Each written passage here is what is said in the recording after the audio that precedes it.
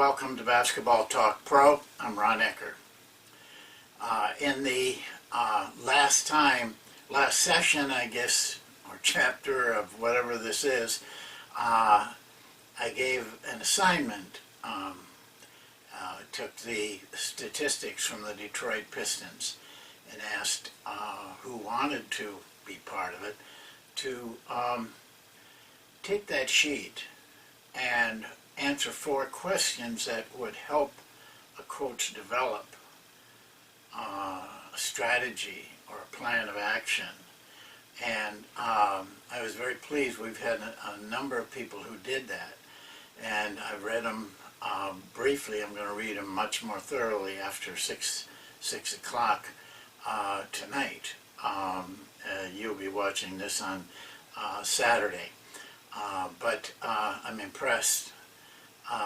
Very astute and deep thinking on the part of these coaches. If you have not done it, you decided not to do it, I just hope, for your sake, I hope you're not playing in the same league as these guys are, because they're making strides and they're really putting a lot into to becoming a better coach.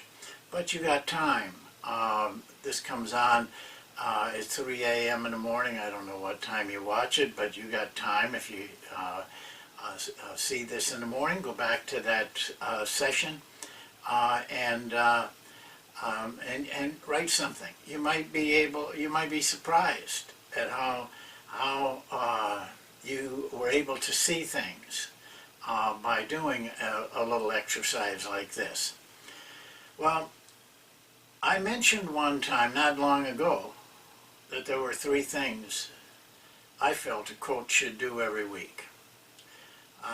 One of them was to break down a film, really break down a film. Read a book and talk to an experienced coach in some way. It doesn't have to be direct. It can be listening. And what I mentioned to you is that if you were to do that, in 1 year, you would have broke down 52 films, read 26 books approximately, and talked to 52 coaches.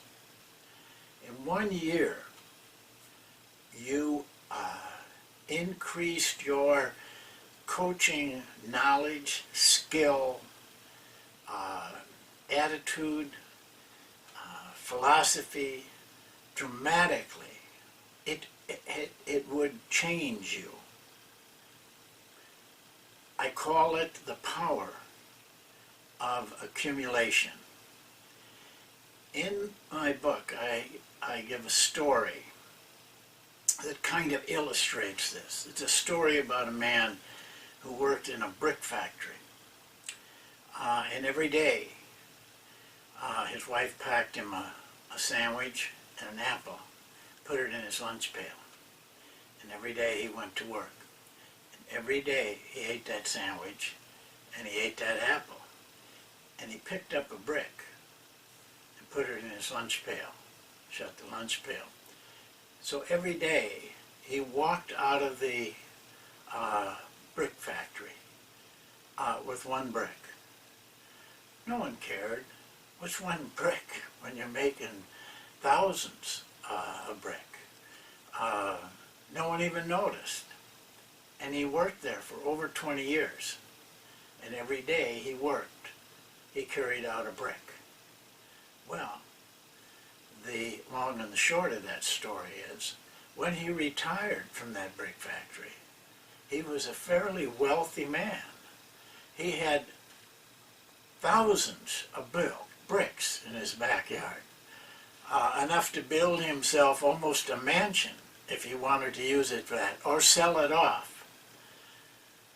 That's the power of doing one thing every day, a simple little thing, but doing it consistently every day.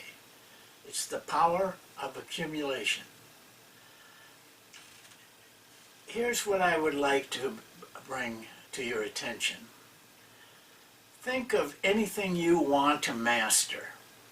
Anything. And I hope it's in the area of coaching, if that's what your profession is. and spend 15 minutes a day on it. That's all. If you give it 15 minutes, you can walk away from it and say, you know, I accomplished that. I did my 15 minutes. But do it every day. Do it every day for a year. 15 minutes a day is 105 minutes a week. That's enough to do a film. That's enough, almost, to read 2 or 3 chapters in a book. It certainly is enough time to talk to a coach. But let's just take the idea of breaking down a film. 105 minutes a week, 15 minutes a day, 365 days. And I will guarantee you that the knowledge you gain doing that will spiral you upwards in this profession, or any profession you choose. You don't have to pick a basketball thing. Pick anything in your life that you want to master, and just do it for 15 minutes a day, and see what happens after a year. You know, a lady told me a story of what happened to herself. She had dreamed of being able to play the piano, but her career took her away from that into a different field. But she watched a boy, she was a teacher, she watched a boy come to school every day and shoot free throws for 15 minutes. And not a particularly skilled player, boy. But she marveled at how good he got in the course of a school year. So she said to herself, late in her life, I'm going to learn how to play piano. I'm going to do just what he did. I'm going to play and practice 15 minutes every day. And she did.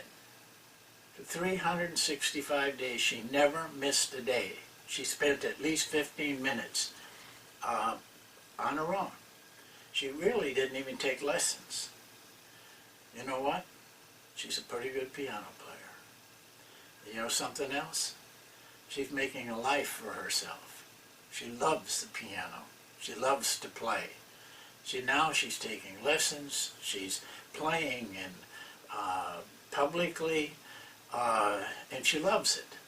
Just for 1 year, 15 minutes a day. But here's the secret. I'm going to give you a little secret. You can tell anybody. We won't keep it a real secret. You must be consistent. You must do it every day. Don't give me this. Well, I missed 2 days, so I'll do 45 minutes. No. Do your 15 every day. That's more important. Now, you can do 45 minutes a day, but always do 15. I don't care what you decide to do. Be persistent with yourself. Consistent and persistent. Day after day. Don't let it drift away from you. Make it a habit, just like brushing your teeth, combing your hair, whatever you do. You'd be surprised. You do some things every day for 10 or 15 minutes, and you get pretty good at them. Brushing your teeth is probably one of them. Taking a shower is probably, I hope, one of them. But when you're trying to master something, you got to add one more thing: intensity. That 15 minutes is not an entertainment time. That 15 minutes is really zeroing in on what you want to learn to do. You know, if you're doing film, I don't want to see you sitting back like this, kind of watching, writing something down. No. You're up like this. You got your paper there, your pencil. You're watching. You're stopping things. You're looking at things. You're evaluating things. That's the 15 minutes that you need to put in. Let's say you decide you want to be a trumpet player. You know, you've always admired those guys. And you're 31, 32 years old. You've got 2 children, wife, and both of you and your wife are working, you're coaching, teaching, or whatever you do, and you take it up 15 minutes a day. You demand of yourself that 15 minutes a day. Now there's going to be days that you come home, you're just ready to go to bed, and you realize, boy, I didn't touch that instrument today. I'm supposed to do 15 minutes a day. And your temptation is to go to bed. Maybe you come in late. Maybe you've been out with the boys having a good time, and you forgot about it. And you see that trumpet sitting there. My advice to you, pick it up. No matter how tired you are. Maybe even you had too many things to drink. Pick it up. Play that 15 minutes. Yeah, the kids will wake up and start crying. Your wife will come running down in her underwear wondering what's going on. Dear, I have to play 15 minutes a day. So go back and quiet those kids down because I'm playing my 15 minutes. When you get through a year of that, with that intensity and with that consistency and that persistence, you know what else? You will have learned, if nothing else, how to be consistent, how to be persistent, and how to do something for 15 minutes with intensity. You know, I started on a project, I don't know, I really do not know how I got involved in this. For some reason, I wanted to learn about Carl Jung, J-U-N-G. He was a psychiatrist in the turn of the century, the 20th century, in the 1900s. He was a friend and at one time a student of Freud. They both were powerful figures in the field of psychology. Carl Jung wrote a lot. I think it was 7 or 8 books. But he wrote so with such scientific the words that he used and the thoughts that he had that most people couldn't read him. For some reason I decided I was going to read him. Well, what happened to me is this. Every morning I got up. I could not read that book in an easy chair. I knew that. So I had a table there and I had a dictionary on it, an old dictionary, because I had to, because some of those words probably weren't even in a modern dictionary. And I didn't make much progress at first, just maybe a paragraph, maybe just 2 or 3 sentences, because I kept having to look up every word, almost every word. But what happened to me is, pretty soon I didn't have to look up as many words. I knew the words. You know, after a month or two, I was starting to read more. Not only was I reading more, but I was comprehending more.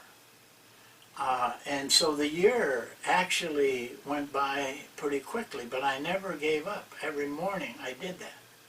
And at the time I was on the road a lot, I brought the book with me. And I brought the dictionary with me, because I needed that. In a year and a half, I read all of his books. And most psychologists that go through college haven't done that. When I tell people that are really know Carl Jung and how he wrote, they are astonished that a basketball coach could sit down and go through all of those books and, by the end, understand him. His last book was his own autobiography, which, had I read it first, I would have thought it was weird, because it was. But I understood it. I understood what he was talking about. That's all I did, just 15 minutes a day with it.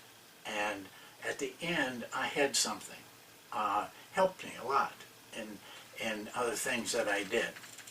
So that's the power of accumulating a specific thing for just a short period of time each day, but consistent, doing it over and over again. And it's a power that can change your life. You know, look at this. I don't know what you do for a living. I'm sure you're interested in basketball. But if you do things like this for yourself, and you bring yourself up higher, people notice it. You know, your colleagues, the guys you hang around with, they're going to know, hey, boy, he knows a lot about basketball. But that isn't the only people that'll know.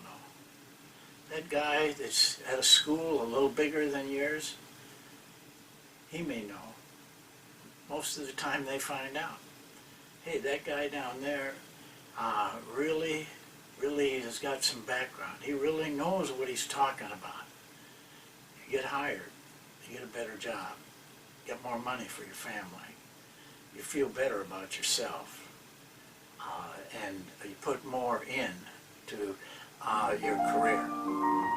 It works. Trust me.